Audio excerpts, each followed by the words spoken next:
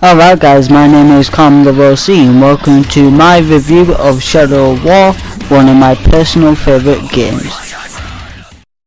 Middle-earth: Shadow of War is an open-world action role-playing game developed by Monolith Productions and published by Warner Bros. Interactive Entertainment. It is the sequel to 2014's Middle-earth: Shadow of Mordor and was released worldwide for Microsoft Windows, PlayStation 4 and Xbox One on October the 10th.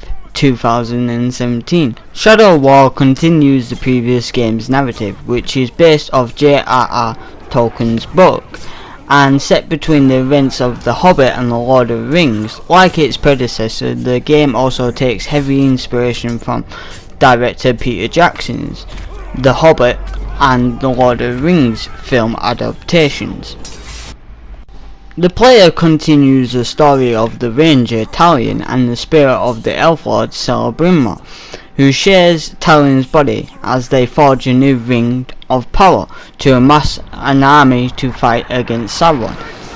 The game builds upon the Nemesis system introduced in Shadow of Mordor, allowing Talion to gain followers from several races of Middle-earth, including New Rocks and Orcs, and plan out complex strategies and using the Ring of Power to defeat his enemies and of course complete missions like Sauron.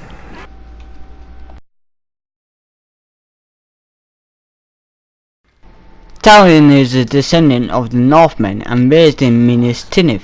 He is a loyal ranger of Gondor, where he then rose to the rank of Captain of the Black Gate. After the tragic demise of his family and himself, Talion was revived by Celebrimbor, an immensely powerful wraith, where the two joined forces and began a quest of vengeance on those responsible for the death of his loved ones. Talion learned that the Black Hand of Sauron was responsible for the death of his loved ones, including his young son, in the beginning of the first game of Shadow of Mordor, which leads into the whole story of Talion and Celebrimbor.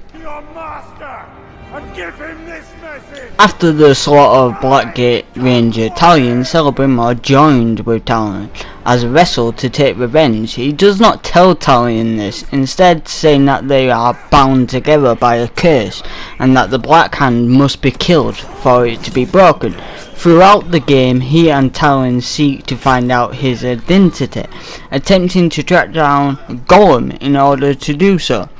Once they do discover his identity, Celebrimbor decides to keep increasing his power with the aim of destroying the Dark Lord Sauron.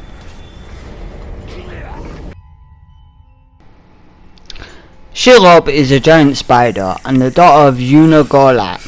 Mordor was once her homeland, and she was an ally of Sauron before Sauron forced her into the mountains. Her brood still infest portions of Mordor. She still wishes to invade and take back Mordor and take revenge on Sauron for what he did to her. I'm sorry if I pronounced Ungoliant wrong, but that's how it is pronounced in the game, but it's pronounced different. But anyway, excuse if I get it all wrong.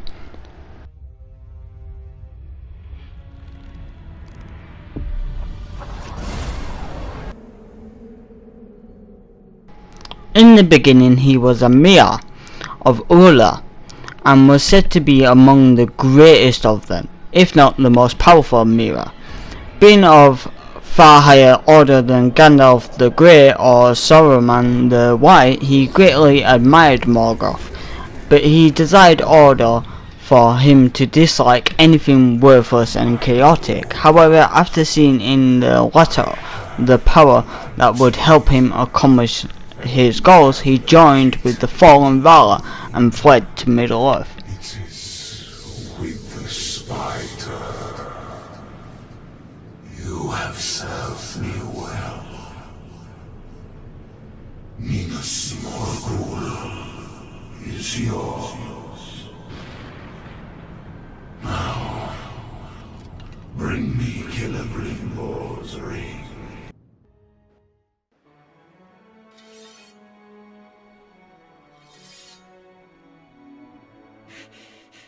Also known as the Blade of Galadriel, she was an ally of Talion and Celebrimbor that wielded the Light of Galadriel. She helped Talion in his fight against Sauron's army in Middle-earth, Shadow War, where she first appeared. After a convincing talk with the Wraith Celebrimbor, she took the new ring from Celebrimbor's hand and caused Talion to start dying again, while also becoming one with the Wraith. The Nazgul have taken both. They belong to the Dark Lord now. Then I have failed. What if you keep fighting? She wields the light of Galadriel. We can recover the ring. Your rings are the cause of all this, Elf Lord. Baranor. One of our scouts reported prisoners here. He was born in Umbar as Warad and lived presumably with his brother Jaeger and their parents, yet was given to Gondor as a hostage of peace. No one ever came to bring him back because his parents were killed in a mercenary raid. Lost and abandoned in Gondor, he was adopted by a wealthy family of Minas Ithil, and in time began to see Minas Ithil as his true home. Eventually he joined the soldiery and rose to the rank of captain in the Gondorian Guard. Then we will be doomed. Together.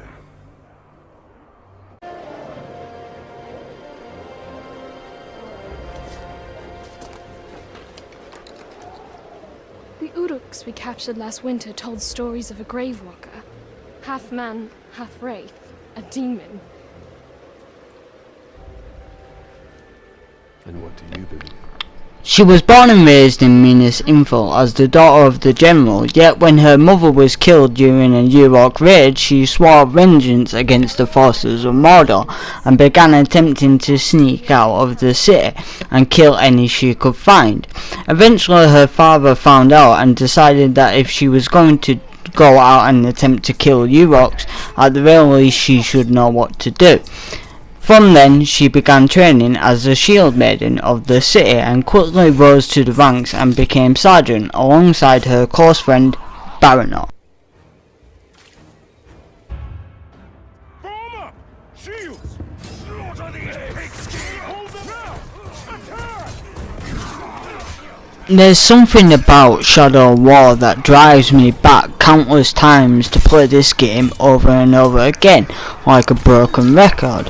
Whether it's finding new artifacts or running around killing higher ranked orcs, it's so satisfying knowing that you at level 1 can kill an Uruk at level 20, and knowing that they can kill you instantly makes it worthwhile running around and discovering new things. It never seems to end with new missions popping up every time you complete one, and I like if you don't plan out your strategies, you can die instantly, but you can benefit from your death. You see, what they did with this game is give you a choice whether you wanted to avenge your death or just leave it until you're higher rank than that person who killed you. And then you can go off and chop his balls off with some carrot sticks.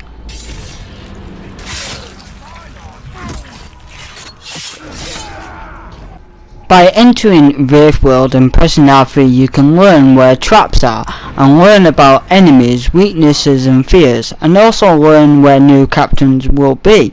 You can do this by interrogating enemies called worms. There's many secrets to discover in the Wraithworld. There might even be one about a warlock reading Uruk porn. Who knows, guys? I find that Orlogs are the easiest enemies to beat in this game, also being a new enemy to the game. It has a sort of rhythm to it, just like Michael Jackson's Moonwalk. It's simple, X, square, then circle now and again. Uruks can be difficult. There are all different types of classes of Uruks and Orlogs, from a Terror Trickster to a Warmonger. My favourite class has to be the Terror Tricksters. But you yourself, if you're going to play this game, will have to figure out what your favourite type of enemy is and which ones you want to recruit. There's so many to choose from. There are some problems I have with this game, like the currency is just a bag of wank. You get so little money at each end of each mission. I might as well wank into a tissue and use that to fortify my fortresses. I mean, come on, the online vendetta are pointless at times. War grades mean nothing unless you're rank captain, and it takes so long to get to rank captain with each bit of money just going up a tiny percent. Online sieges can be fun if you just want to grab some more followers, but there is one downside to it, and that's you're not actually fighting a real person. It's more like fighting a gremlin that's humping your back leg when it comes to PvP, more like cock and balls, and it's pretty much you're not fighting an actual real person, it's just an online name. Unlike Call of Duty, where you're actually fighting a real person who's actually sat at their PS4 or their PS3 holding the controller. What have I unleashed? His potential is nearly unlimited. Righto. With so much going on, the graphics can fade in and out at times. It's no slow paced game, it's a non-stop kick a monkey in the ball sacks, meaning fast paced gameplay. Easily you can spend up to 15 hours admiring the colours and the landscapes, from the simple speck of blood to the design of these creepy ass bastards of Shelob spiders. Well, what do you expect? It's set in the Lord of the Rings world, and the story does drag on a bit, but it is interesting seeing how the Nemesis system works. Shadow of War's combat system is lifted from the publishers of Batman Arkham series. The higher your combo, the more damage you do. With big hit streaks, this will power up your might, which can be used to do special moves like executions. Every kill you do will raise your wrath, which once full allows you to unleash Elven Rage, a move that slows down time, giving you unlimited executions. There's a certain rhythm to it. Okay, it's just like the Batman series. It's square triangle, and if you're lucky you can unlock a skill called Second Chance, meaning once you fall to your knees you have that one last chance to propose to that fucker. If this happens, captains and war chiefs will mock you as if they're cutting a pro wrestling promo on you. Same story told again and again. History is littered with the corpses of fools like yourself. With all the changes, these timeless truths remain. Fascinating. As you progress through the game, you will unlock new abilities like Bird of Prey, or my personal favourite, Shadow Mount, which allows you to mount any creature in the game. You can unlock up to 3 additional abilities with each skill point you earn when leveling up or completing missions, making the game a little bit more easier for you. After playing this game for 52 hours straight, I realised it's more similar to the Arkham series, with Celebrimor being like the detective vision of Batman, and Talion being the light in the dark in this twisted game of love and revenge. It's all similar because of his alter ego. It's basically like Bruce Wayne with Batman, except from Bruce Wayne is Talion and Batman is Celebrimor. You see a lot of difference in this game. It's a lot more darker than the original one from Shadow Mordor, where Celebrimor was all he cared about was pretty much finding his identity and getting revenge on Sauron. It is the similar plot, but it is kind of different, with Celebrimor being a little bit more darker and caring more about the ring than he does with Talion's life, as you see at the end of the game. I don't want to give any spoilers later, but there is a good DLC that comes with this called Blades of Galadriel, and I'll be talking about that in my next review, as well as the other DLC, Desolation of Mordor, which is based on Baranor before he becomes a Gondorian guard. Both DLCs are great. I enjoyed both of them. I've only played up to about 10 hours of one of them, but an extra 15-hour game is not that bad, with also additional sort of classic DLC with Desolation of Mordor, where if you die you start at the beginning all over again, meaning you have to unlock the same skills over and over again if you don't know what you're doing. Blades of Galadriel follows up at the end of this game, so it is a follow-up and it shows you what happens after Talion's demise, which I don't want to get into. Like I said, spoilers in the next video of Blades of Galadriel, the DLC. Executive producer Michael David Forgey died of cancer. To commemorate the loss of Shadow of War, executive producer Monolith and Warner Bros. Announced a DLC named Fort Orcslayer. Originally selling for a $5, Warner Bros. Promised to donate £3.50 of the proceeds from each sale of the DLC made from any of the majority of the US state to the Forger family. Though December 31st, 2019, Warner Bros. Was criticised for attempting to cash in on Michael Forgey's death, following the public backlash on September 27, 2017. The DLC was made free to all who purchased the game, and all the proceeds were refunded to those who purchased it beforehand, in favour of Warner Bros. Making a lump sum donation to the Forger family. After that sad note, much respect to his family and friends. All in all, this is still one of my favourite games. I fell in love with the story and the characters from the get-go. The world is just amazing. To discover new things about Mordor is just amazing.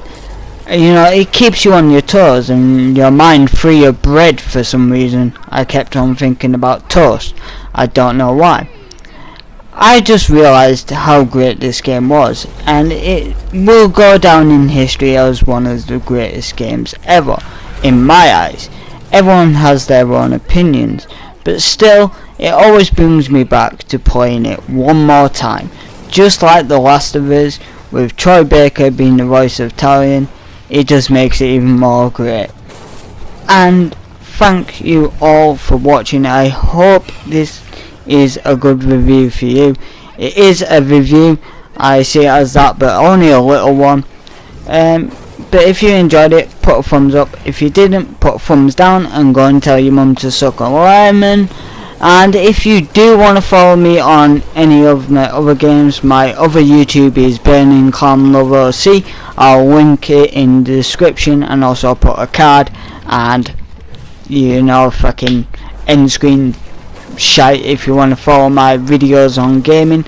I do a lot of commentary on my gaming as well as play all sorts of game. I have recently just completed Shadow of War. I'm uploading videos of that, so if you want to see the full story of that, please check them out. Also, I do a lot of horror games like Resident Evil 4, but anyway, I'm just rambling. But my name is Calm Murasi. I'll see you later. Peace, boys and girls.